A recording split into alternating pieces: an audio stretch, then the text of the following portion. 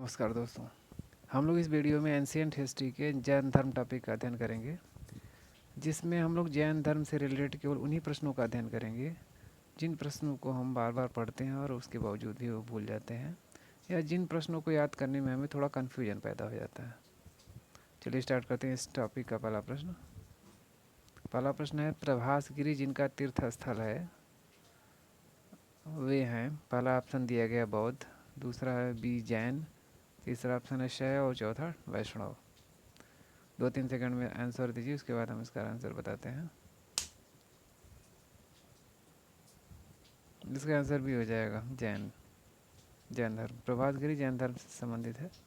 प्रभासगिरी कौशाम्बी में स्थित जैन तीर्थ स्थल है। कौशाम्बी का प्रभासगिरी स्थल 6वें जैन तीर्थंकर पद्म प्रभु से संबंधित है।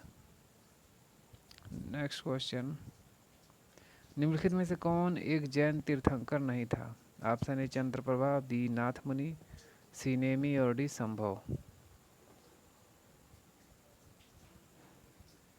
इसका आंसर भी हो जाएगा नाथ मुनि। नाथ मुनि जैन तीर्थंकर नहीं थे, बाकी सब थे।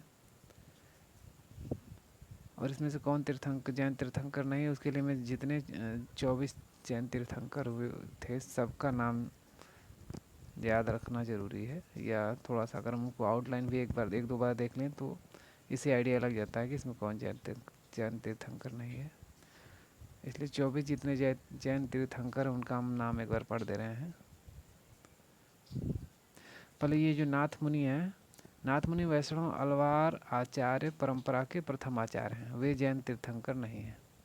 जैन तीर्थंकरों की संख्या 24 है, जिनमें प्रथम तीर्थंकर ऋषभदेव तथा अंतिम तीर्थंकर महावीर हैं।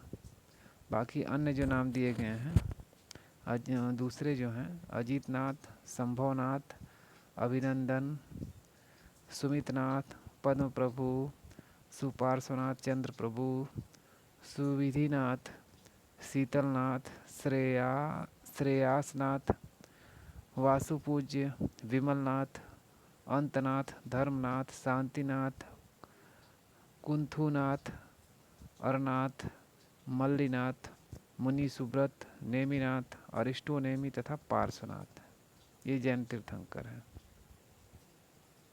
नेक्स्ट क्वेश्चन, निम्नलिखित में से कौन सा एक आरंभिक जैन साहित्य का भाग नहीं है? Option A Therigatha, B Acharanga Sutta, C Sutrakritanga, D Brihat Kalpa सूत्र।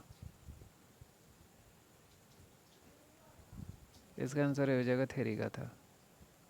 थेरीगाथा बौद्ध साहित्य है। इसमें 32 बौद्ध कवित्रियों की कविताएं संकलित हैं। कुल थेरीगाथाएं 522 हैं।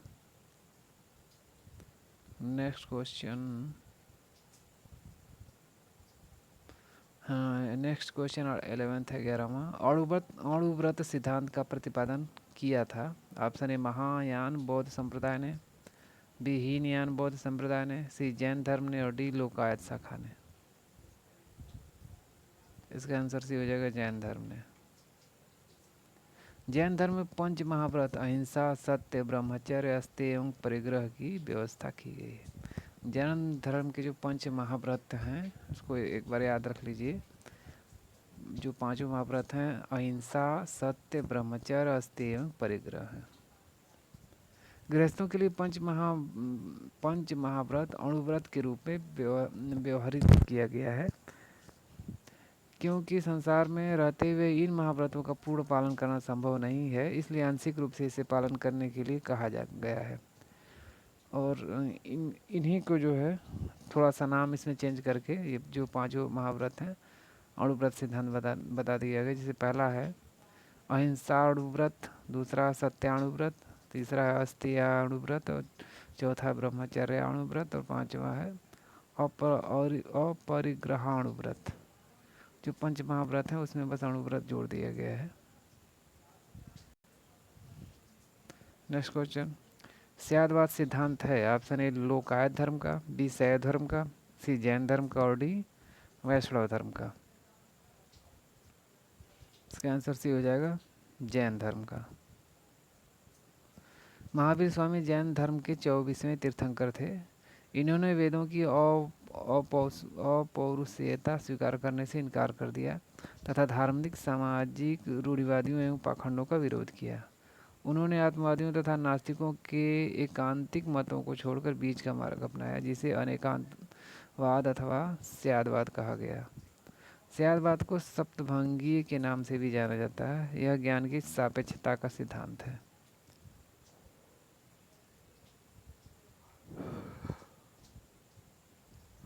नेक्स्ट क्वेश्चन, अनेकांतवाद निम्नलिखित में से किसका क्रोध सिद्धांत दर्शन है? ऑप्शन ए बौद्ध मत, बी जैन मत, सी सिख मत और डी वैष्णव मत। इसका आंसर बी हो जाएगा, जैन मत। अनेकांतवाद जैन धर्म का क्रोध सिद्धांत एवं दर्शन है।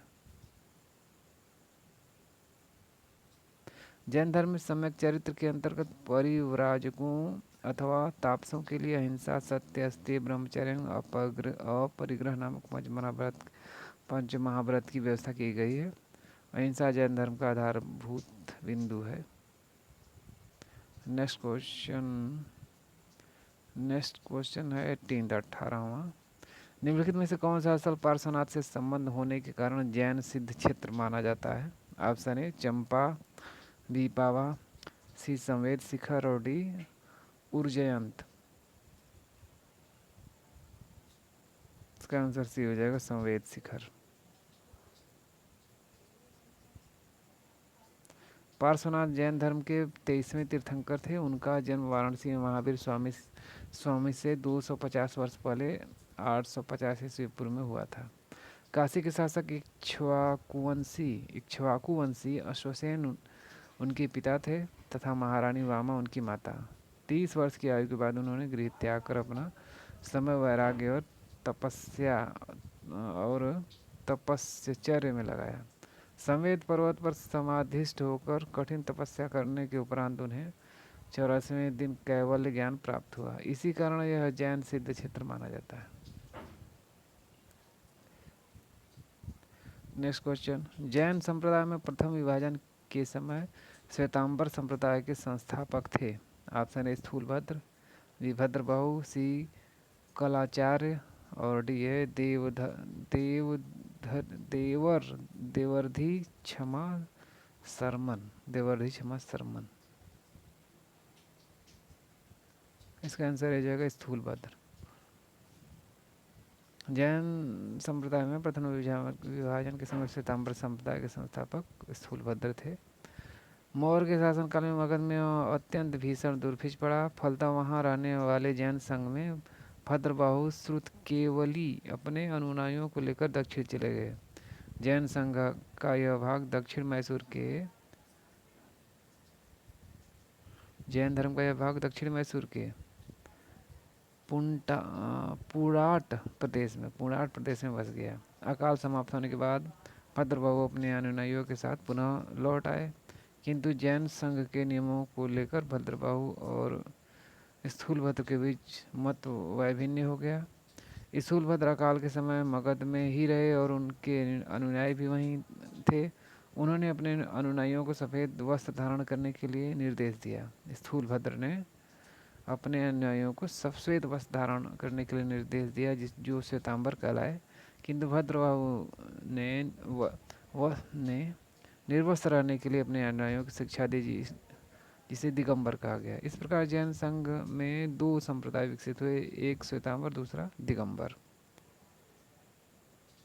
नेक्स्ट क्वेश्चन, किस जैन सभा में अंतिम रूप से श्वेतांबर आगमन का संपादन हुआ? Option A Vaishali, B Vallabhi में, सी पावा में और डी पाटलिपुत्र में।